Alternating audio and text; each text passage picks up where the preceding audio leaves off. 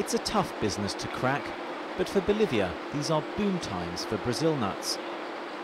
South America's poorest country now has an 80% share of the world market. 20 years ago, it had barely 10%. Growing demand from health-conscious consumers has pushed prices to over $5,000 a ton, bringing Bolivia vital export earnings and providing jobs.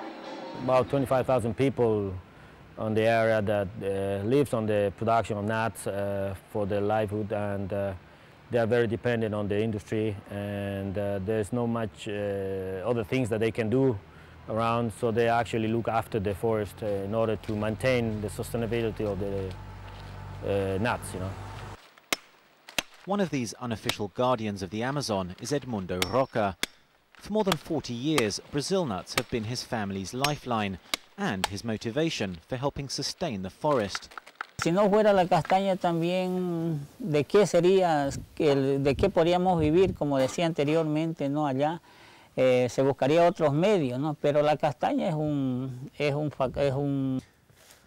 With the collapse of the rubber boom in the 1980s, Brazil nuts became just about the only moneymaker here that allows people to exploit the Amazon rainforest, but without destroying it. Brazil nut trees can live for up to 300 years and can grow to be up to 50 meters tall. They're so huge that some locals here refer to them as the king of the forest. But across the nearby Brazilian border, there isn't much of a kingdom left. It's illegal to chop down nut trees, so in some places, where farmers have cleared the land for pasture, they're the only thing left standing.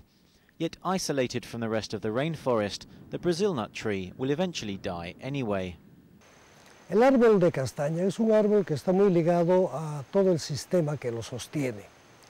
Un gran problema, tú puedes llevar estas semillas a tu casa y puedes sembrarlas, y es posible que Bolivian nut businesses are profiting from deforestation in Brazil, where nut exports have fallen by more than 50% since 2000. With demand growing, this company expects to sell around $15 million worth of Brazils this year.